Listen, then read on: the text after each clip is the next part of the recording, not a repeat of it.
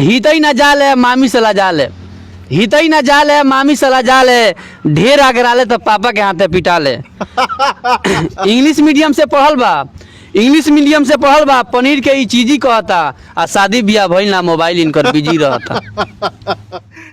महीना रहे मार्च के, ठंडा तो उतना लागे ना, आ सुतो सब 7 बजे ले जल्दी केहू जागे ना। महीना रहे मार्च के, ठंडा तो उतना लागे ना, आ सुतो सब 7 बजे ले जल्दी केहू जागे ना। केहू रहे बैड बॉय, आजकल ज्यादा लोग स्टेटस में लिखता बैड बॉय फलाना पटेल, बैड बॉय फलाना चचा। केहू रहे बैड बॉय, अब बन गई जेंटल, याद बहुत आवेला बेदू पार्क के सेंटर। उस समय रहे भिखारी ठाकुर के, सब माई बहन गीत सुनत रहे, कैसेट बेचा बाजार में सब लोग जाके कीनत रहे। नमस्कार, हम बनी अमरजीत कुमार गिरी, रहुआ देखतानी भोजपुरिया झकोरा। हमारा साथ में बनी युवा कवि दिलीप दीवाना, भोजपुरिया माटी के लाल, कुशीनगर पेज के पत्रकार बनी। कुशीनगर से चल के आयल बनी आज गोपालगंज में। रचनाकार हैं, कविता लिखेनी, शायरी लिखेनी, वो भोजपुरी में, मतलब कि अपना माटी खातिर।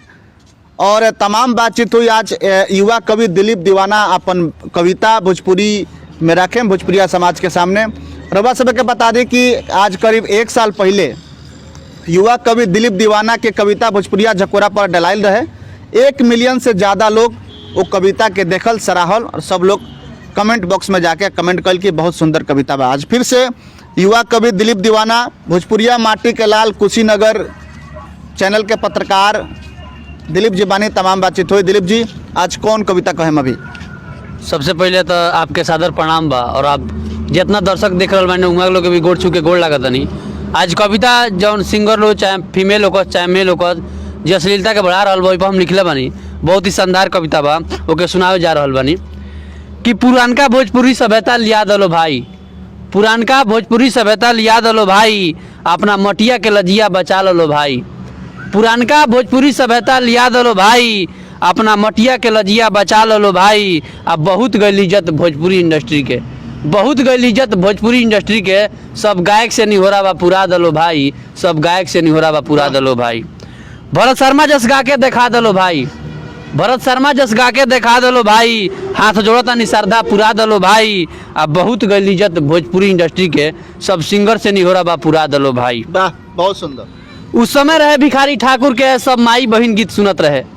उस समय रहे भिखारी ठाकुर के, सब माई बहन गीत सुनत रहे, कैसेट बेचाओ बाजार में सब लोग जाके कीनत रहे। वाह वाह वाह, एलान के फिर से एक बार बोली, फिर से एक बार। उस समय रहे भिखारी ठाकुर के, सब माई बहन गीत सुनत रहे, कैसेट बेचाओ बाजार में सब लोग जाके कीनत रहे।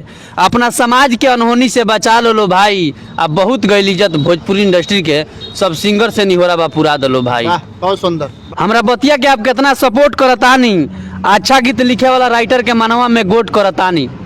हमरा बतिया के कितना सपोर्ट करतानी, अच्छा गीत लिखे वाला राइटर के मनवा में गोट करतानी। अपना राजा के सियासत बचा लो भाई। अब बहुत गई इज्जत भोजपुरी इंडस्ट्री के, सब सिंगर से नहीं हो रहा बा पूरा दलो भाई। बहुत सुंदर। भादा गीत गा के छवि खराब मत करी, भगवान के शराफ हो पपियन पर पड़ी। भादा गीत गा के छवि खराब मत करी, भगवान के शराफ हो पपियन पर पड़ी। ये संदेश के सबके सुना दलो भाई। अब बहुत गई इज्जत भोजपुरी इंडस्ट्री के, सब सिंगर से नहीं हो रहा बा पूरा दलो भाई। बहुत सुंदर। बढ़िया गीत गईबो तो नाम हो जाई, आ सट्टा के तहरा डिमांड बढ़ जाई। हाथ से हाथ सबके मिला दलो भाई। अब बहुत गई इज्जत भोजपुरी इंडस्ट्री के, सब सिंगर से नहीं हो रहा बा पूरा दलो भाई। वाह, बहुत सुंदर।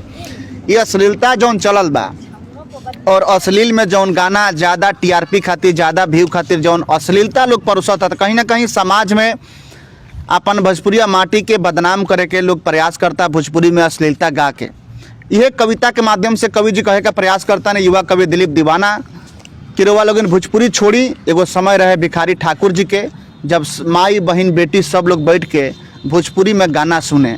लेकिन अभी ऐसा समय आ गई बा कि केहू भी अपना घर के महिला के साथे बैठ के भोजपुरी के गाना नहीं के सुन सकत, ऐसा अश्लीलता आ गई बा। जी कवि जी, आगे वाला कविता के पर बाटे? आगे एगो हास्य कविता बा, जौन की नया पीढ़ी के लोग बाटे, वो मोबाइल से और ज़्यादा व्यस्त लोग रहता। ओइ पर लिखले बानी, शादी ब्याह नहीं के भइल तो ओकर बाद भी लोग मोबाइल व्यस्त रहता कि हवन यूपी के मन इनके सीजी रहता। सीजी मतलब छत्तीसगढ़, वो जो संगतिया बड़ा उनके पर लिखले बानी कविता ही कि हवन यूपी के मन इनके सीजी रहता आ शादी बियाह भइल ना मोबाइल इनकर बिजी रहता। 1209 नोकिया सेट के घर के सबे चलावे, 1209 नोकिया के सेट के घर के सबे बतियावे, आईफोन इनके निजी रहता। नोकिया के सेट से घर के सबे बतियावे, आईफोन इनके निजी रहता, आ रिचार्ज करावे के पैसा नहीं के मोबाइल इनकर बिजी रहता। हितई न जाले मामी सला जाले, हितई न जाले मामी सला जाले, ढेर आगराले तो पापा के हाथे पिटाले। इंग्लिश मीडियम से पढ़ल बा, इंग्लिश मीडियम से पढ़ल बा, पनीर के ई चीजी कहता, आ शादी बियाह भइल ना मोबाइल इनकर बिजी रहता। दिलीप दीवाना कविता लिखले, दिलीप दीवाना कविता लिखले, ये सच्चाई गार्जियन अपना लड़कन के केहू कितना झूठ छुपाई। गिरवा सही बात बटे। दिलीप दीवाना कविता लिखले, ये सच्चाई गार्जियन अपना लड़कन के केहू कितना झूठ छुपाई। रिक्शा चलावल के हल्का काम, रिक्शा चलावल के हल्का काम, आ स्ट्रगल के इजी कहता, आ शादी बियाह भइल ना मोबाइल इनकर बिजी रहता। का कहम अगला कविता के पर बा कवि जी? अगला कविता बा कि हम जब 2015 में परीक्षा देवे गई रहनी, तो लेकिन जितना यादगार रहे हमनी के, जितना संगतिया रहनी सन, मैं संगतिया के जितने घटना भइल बटे वो कविता के बीच में सब परोस रहल बानी। आशा ना विश्वास बा कि आशीर्वाद से जरूर देहब आपके कि 7 गो संगतिया एक टेम्पू से गईनी सन, आ बोर्ड के परीक्षा में भोरे न होनी सन। 7 गो संगतिया एक टेम्पू से गईनी सन, आ बोर्ड के परीक्षा में भोरे न होनी सन। पढ़स लो ना लिखस लो, पोखरा के मछली मारे खातिर लेत रहे लो टेंडर, याद बहुत आवेला बेदू पार्क के सेंटर, याद बहुत आवेला बेदू पार्क के सेंटर। बेदू पार्क सेंटर पढ़ रहा है? जी 2015 की यादगार हो सबसे सुनावतानी, आ वो कनी के क्वालिटी के कविता में बतावतानी। मैं संगतियन के कि 2015 के यादगार हो सबसे सुनावतानी, आ वो कनी के क्वालिटी है कविता में बतावतानी। एक आदमी रहले कलम के खरीदारा, 6 जना वेंडर, आ याद बहुत आवेला बेदू पार्क के सेंटर। सुतला के बाद बाल सभा लगावस लो, अपने में हंसी ठिठोली करके खूबे मौज मनावस लो रतिया में। अच्छा। सुतला के बाद बाल सभा लगावस लो, अपने में हंसी ठिठोली करके खूबे मौज मनावस लो। केहू बनल सेफ्टी इंजीनियर, केहू इलेक्ट्रिशियन, हम बननी है पेंटर, आ याद बहुत आवेला बेदू पार्क के सेंटर। वाह वाह वाह। महीना रहे मार्च के, ठंडा तो उतना लागे ना, आ सुतो सब 7 बजे ले जल्दी केहू जागे ना। महीना रहे मार्च के, ठंडा तो उतना लागे ना, आ सुतो सब 7 बजे ले जल्दी केहू जागे ना। केहू रहे बैड बॉय, आजकल ज़्यादा लोग स्टेटस में लिखता बैड बॉय फलाना पटेल, बैड बॉय फलाना चचा।